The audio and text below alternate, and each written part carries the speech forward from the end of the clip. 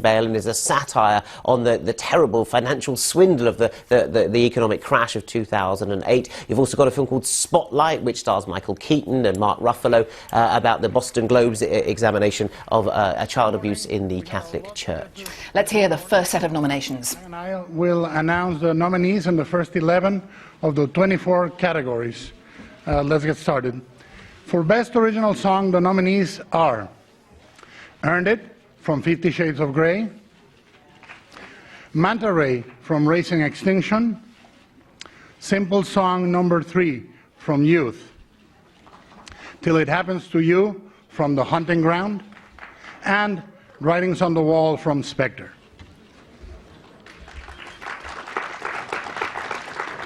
For achievement in cinematography, the nominees are Carol, The Hateful Eight, Mad Max, Fury Road, The Revenant, and Sicario.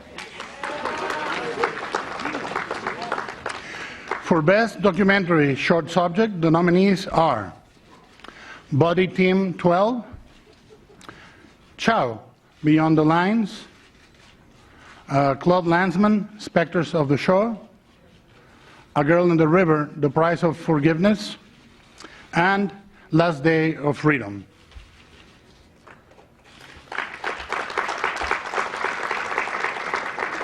For Best Documentary Feature, the nominees are Amy, Cartel Land, The Look of Silence, What Happened Miss Simone, and Winter for Fire, Ukraine's Fight for Freedom. For achievement in costume design, the nominees are Carol, Cinderella, The Danish Girl, Mad Max Fury Road, and The Revenant.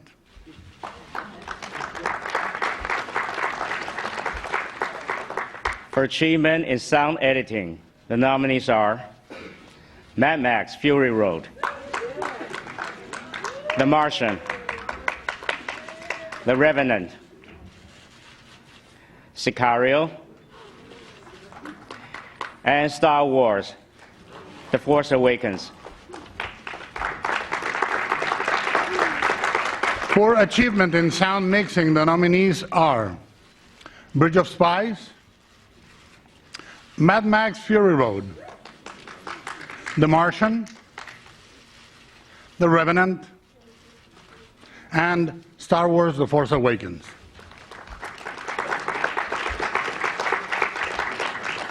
For achievement in makeup and hair styling, the nominees are Mad Max Fury Road, The 100-Year-Old Man Who Climbed Out a Window and Disappeared, and The Revenant. For Best Live Action Short Film, the nominees are Ave Maria, Day One, Everything Will Be Okay, Alles wird gut, Shock, and Stutterer.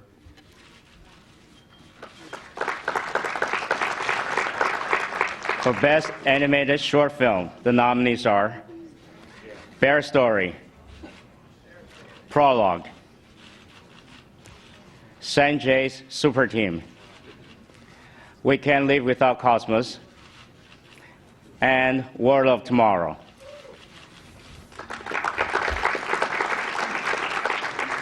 For Best Animated Feature Film, the nominees are Anomalisa,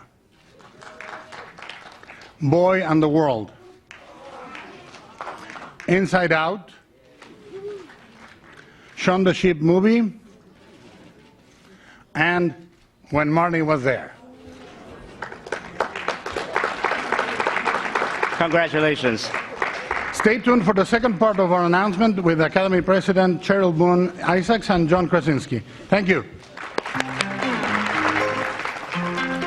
So those are the first set of contenders. And as we were listening to all of that, Jason Solomons, just a thought that went through my mind. A couple of nominations there in sound editing and sound mixing for Star Wars. Isn't it striking? I wonder what this says about award season, that last year, in the last 6 months, it was the only thing people were talking about in the film world, and yet those big things that bring in so much money that everyone talks about don't necessarily get recognised at awards time. Yeah, we have this risk of almost a film apartheid, where it's the kind of art house films that not many people really go and see get awarded and talked about in award season, and yet here's Star Wars out at the same time, hoovering up box office records, becoming the best-selling film, certainly in the UK so far, the biggest film of all time.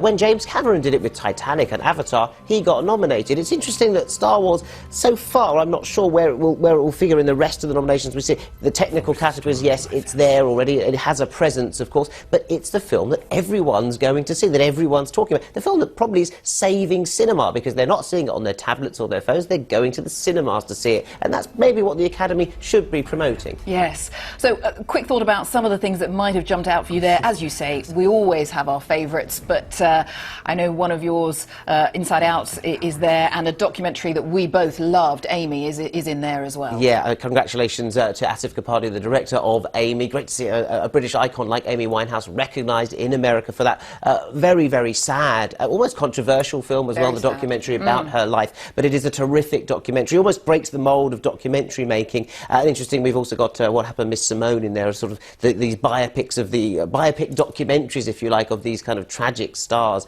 that really appeal. I think Amy could go all the way with this, and I'm obviously delighted to see the animation Inside Out in there as well. I wonder if that will break out of that animated category and get a mention for Best Picture as well, because as far as I'm concerned, it's the best thing I've ever seen. Well, not ever, but this year. It's up there. We are very close to the second batch of nominations, but we sit here discussing the year's best films on just within the hour. We've heard dreadfully sad news in the world of film, the death of Alan Rickman at just 69.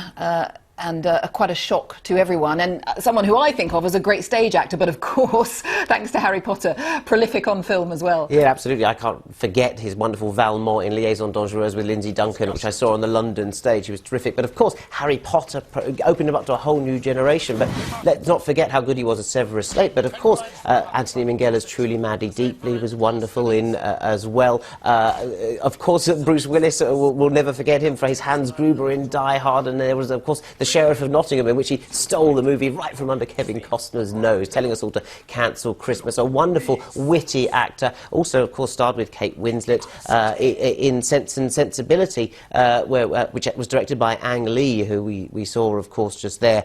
This is a man who touched Hollywood, who touched the London stage, and will be very sorely missed by everyone involved in film. Very sad news on the day that the Oscar nominations are announced. Let's head back to Los Angeles. Thank you, Guillermo and Ang, for kicking it off. John, let's continue. Let's do it. For performance by an actor in a supporting role, the nominees are Christian Bale in The Big Short, Tom Hardy in The Revenant, Mark Ruffalo in Spotlight, Mark Rylance in Bridge of Spies, and Sylvester Stallone in Creed.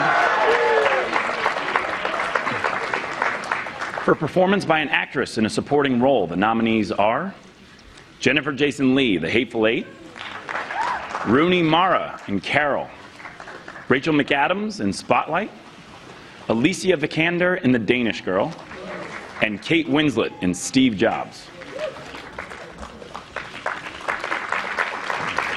For achievement in visual effects, the nominees are Ex Machina, Mad Max Fury Road, The Martian, The Revenant, and Star Wars: The Force Awakens. For achievement in film editing, the nominees are The Big Short, Mad Max Fury Road, The Revenant, Spotlight, and Star Wars: The Force Awakens. For achievement in production design, the nominees are Bridge of Spies, The Danish Girl, Mad Max Fury Road, The Martian, and The Revenant. For adapted screenplay, the nominees are Charles Randolph and Adam McKay for The Big Short, Nick Hornby for Brooklyn, Phyllis Naj for Carol, Drew Goddard for The Martian, and Emma Donahue for Room.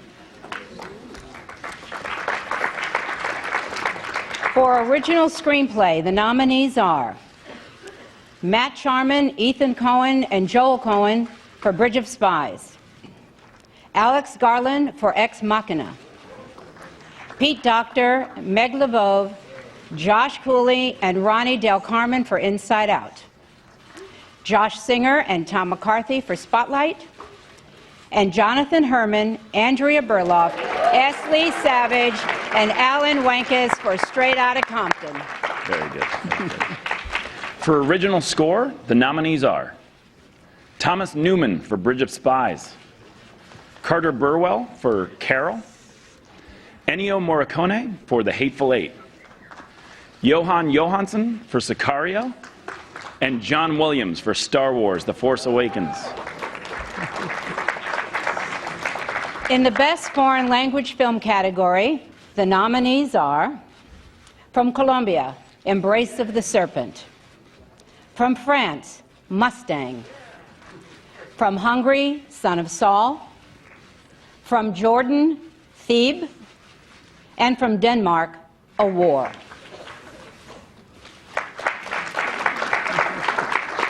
For achievement in directing, the nominees are Adam McKay for The Big Short, George Miller for Mad Max Fury Road, Alejandro G. Iñárritu for The Revenant, Lenny Abrahamson for Room, and Tom McCarthy for Spotlight.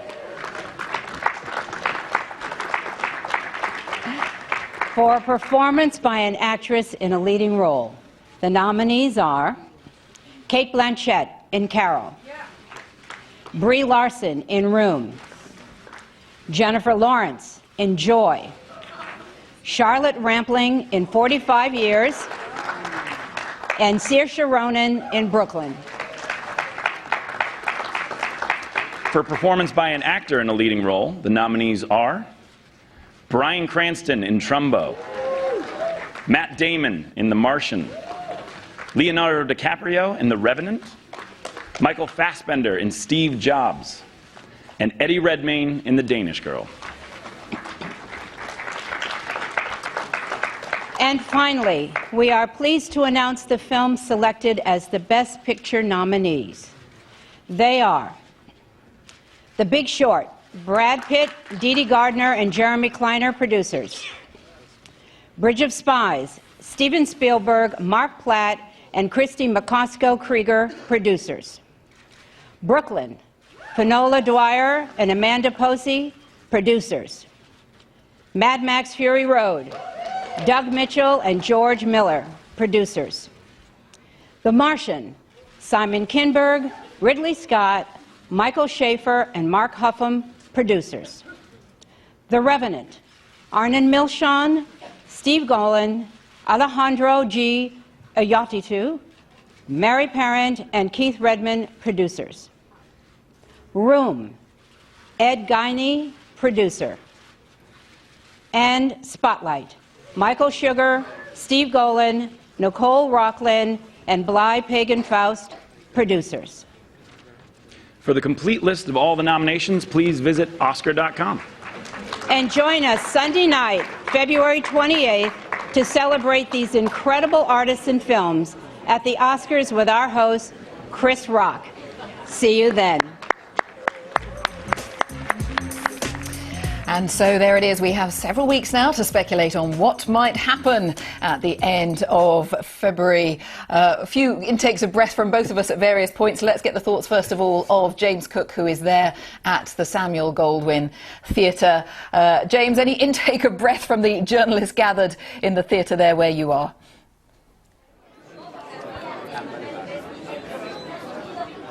I think what might be a surprise is the absence of Carol from these nominations, certainly for Best Picture and Best Director for the British director Todd Haynes. But plenty of British interest in those top categories. Eddie Redmayne in The Danish Girl, last year's winner, of course, for The Theory of Everything. Mark Rylance in Bridge of Spies, well known as much for his work on stage as on screen. He'll be delighted with that. About to play the BFG as well. That's what's coming up for him this year. Charlotte Rampling in 45 years. That is her first ever Oscar nomination. Also Kate Winslet in Steve Jobs for her supporting role in the picture about the life of the Apple entrepreneur. A couple of people missing. No nomination for Best Supporting Actress for Dame Helen Mirren in her role in Trumbo, and no nomination either for Dame Maggie Smith for her performance this year either. So some intrigue there. Just a couple of facts to give you. At the age of 25, the Oscar darling Jennifer Lawrence is now on her fourth nomination. She is the youngest four-time Academy Award nominee, and Steven Spielberg has set the record for the most Best Picture nominations for an individual producer with 9 individual nominations. He was nominated, of course, for Bridge of Spies. So plenty happening this year, plenty excitement. Also, I suppose, a lot of focus on The Revenant and on Mad Max, which seems to have found favour with the members, the 6,000 members of the Academy as well. Yes, we noted that. Thank you very much. James Cook there, up bright and early for us in Los Angeles, in Hollywood. So the film critic Jason Solomon's with me to dissect this list. Yeah, I mean, James mentioning the lack of Carol. We'll perhaps come on to that. That struck me as well. But let's start with the Best Actress category.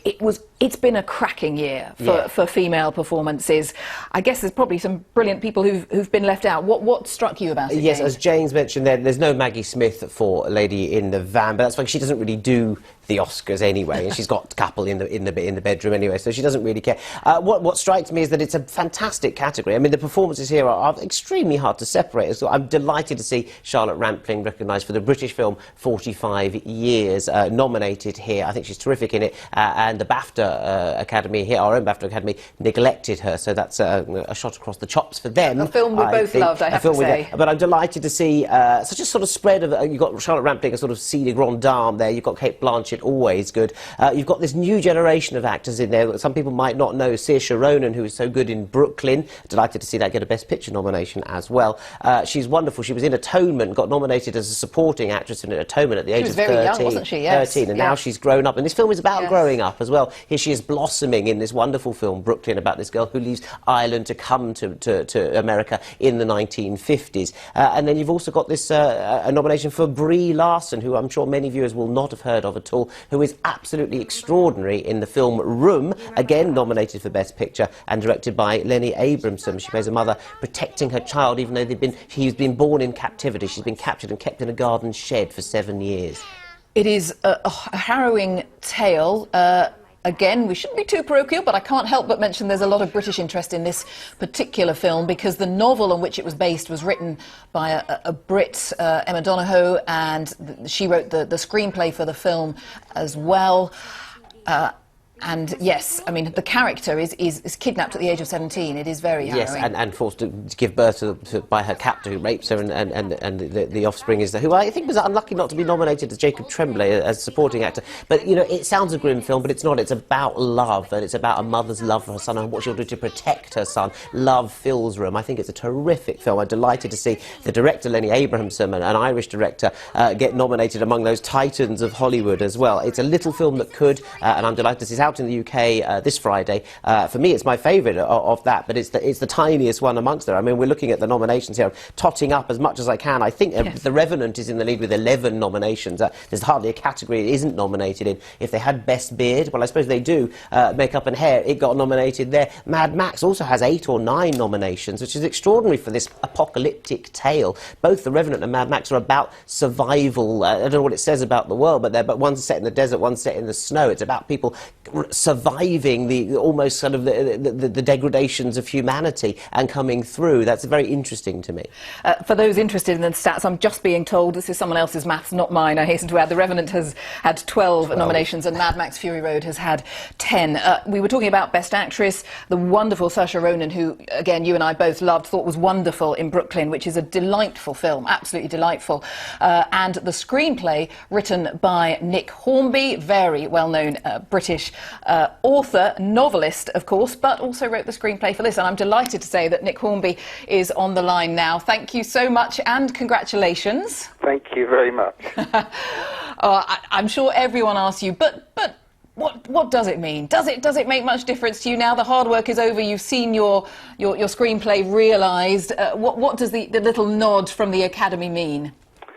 I fear when you're a writer, it means remarkably little. I've been nominated before, and the only way that you can ever let people know that you've been nominated before is by telling them, and they seem very surprised because they've overlooked it. And I'm sure it'll be the same again. I'm delighted for the film. You know, this film was incredibly hard to make. It took 5 years to get the money together. Nobody wanted to fund us, and to survive all the way through awards season and get to this point is amazing. And as you say, I think we have a central performance that's as good as anything I've seen, so I'm so proud of Saoirse. Nick, it's Jason here. When you were writing the part, adapting it from Compton's novel, did you know Saoirse was going to be playing that part? Did you write the dialogue and the part for her? You know, Jason, when I started this, Saoirse was 14. So, no, I didn't think of her at all. And it's sort of wonderful kismet, really, that it took so long to finance that in the end Saoirse was old enough, and now I can't imagine anyone else doing it. I think that's how a lot of the audience felt as well, actually. I mean, there are strong performances throughout. We're seeing Julie Walters now. I mean, it's a fantastic supporting cast, but Saoirse Ronan just absolutely held it together. And just a very quick final thought before we let you go and celebrate Nick Hornby. Just talk to us again, speak to us about the difficulty, if it is a difficulty, of taking a novel that was so loved by so many people. I mean, hugely well received, that novel by COMPTON, and doing it justice and making the best of it into the big screen. Is there an element of that being nerve-wracking? Well, the strange thing with film, actually, is that there are so many hurdles to jump over that if you don't do it right, nobody will make the film. So, you know, if you're able to attract, in the end, money and a good director and an amazing cast, then that takes some of the nerves away because you think, well, they like it, so there must be something in there that's okay. If I were just going to publish the screenplay, then of course it would be enormously nerve-wracking, but you get votes of confidence along the way. Well, we're delighted that it did get made in the end, even though, as you say, it took quite a few years. Thank you so much. Congratulations again. Nick Hornby, nominated for Best Adaptive Screenplay for Brooklyn. Let's talk, Jason Solomons, about ACT